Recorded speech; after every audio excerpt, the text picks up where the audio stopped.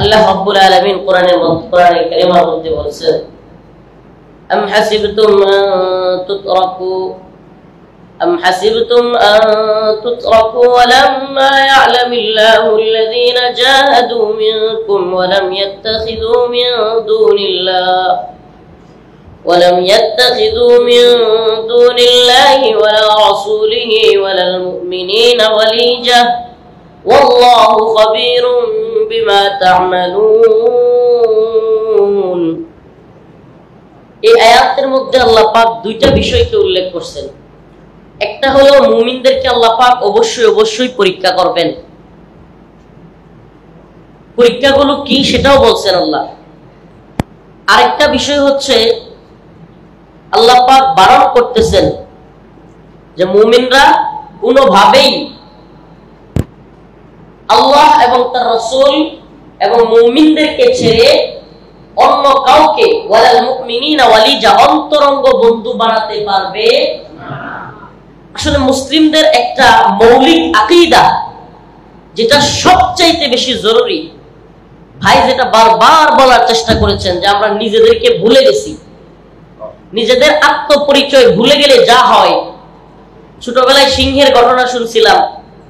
বনের পাশে এক মহিলা থাকতো, যদিও কতটুকু বাস্তব সেটা আল্লাহ পাক ভালো জানে, কিন্তু উদাহরণটা খুব সুন্দর লাগতো আমার কাছে।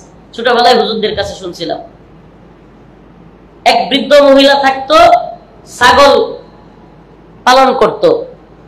তো একদিন ওই বনের পাশে তো একদিন একটা বাচ্চা তার ছাগলের সাথে দেখলো। আসলে সেই বাচ্চাটা ছিল সিংহের বাচ্চা। তো ওই বাচ্চাকে উনি ছাগলের সাথে নিয়ে আসলো, ছোট বাচ্চা। ও ছাগলের দুধ খায়া বড় হয়েছে।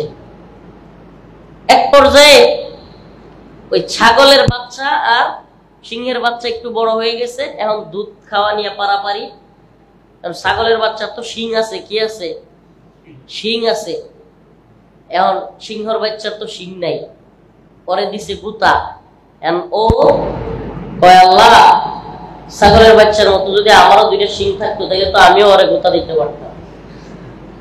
আমারে বলেন, সিংহের বাচ্চা, তার কি শিংয়ের দরকার আছে?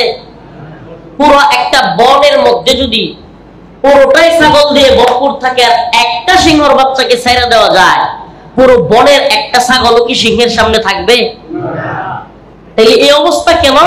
ওই সিংহের বাচ্চার এই উপলব্ধি কেন হইল যে আমার দুইটা সিং নাই?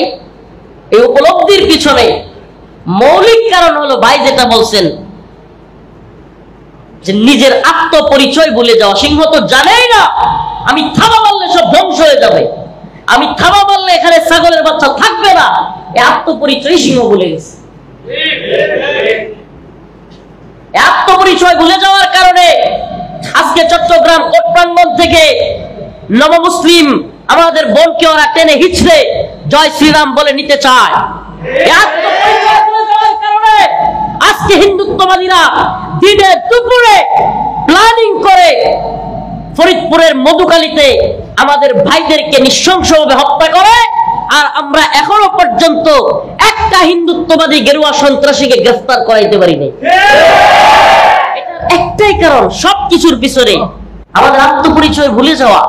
আত্মপরিচয় ভুলে যাওয়া। আমি মধুখালীর ঘটনা এবং ওই ঘটনার পরে বিবারিয়ার এক প্রোগ্রামে বলছিলাম, গেরুয়া সন্ত্রাসীরা যদি জয় শ্রীরামের স্লোগান দেয়, আরে মুসলিম যুবক, এদের বিষটাকে তো চাবায়া খায় ফেলা উচিত।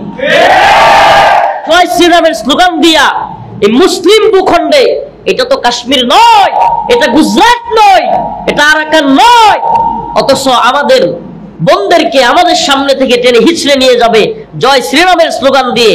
আমাদের ভাইদেরকে দিনে দুপুরে প্ল্যানিং করে হত্যা করবে, আর আমরা কিছুই করতে পারবো না। এর পিছনে মৌলিক যে কারণটা, আমাদের আত্মপরিচয় ভুলে যাওয়া। أم حسبتم أن تتركوا ولما يعلم الله الذين جاهدوا منكم ولم يتخذوا من دون الله ولا رسوله ولا المؤمنين وليجة والله خبير بما تعملون।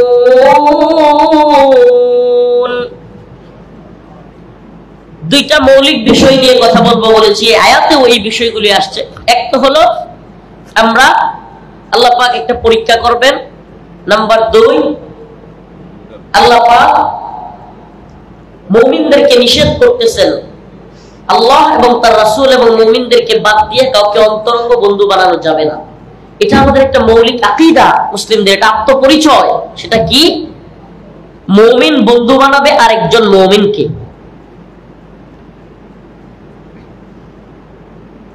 এটা একটা আকীদা। মুমিনের বন্ধু কে হবে?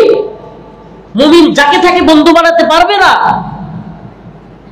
ভাই যে কথাগুলো বললেন দীর্ঘ সময়, আল্লাহ পাক কোরআনে বলতেছেন মুহাম্মাদুর রাসূলুল্লাহ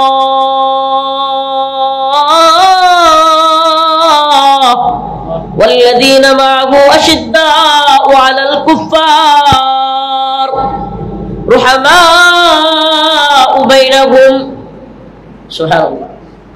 আল্লাহ পাক কোরআনেই বলে দিচ্ছেন যে মুসলমানদের ক্ষেত্রে নবী এবং তার সাহাবীরা, ওয়াল্লাযীনা মা'আহু, আল্লাহর নবী এবং তার সাহাবায়ে কেরাম আশিদ্দাউ আলাল কুফফার, কাফেরদের বিরুদ্ধে কি?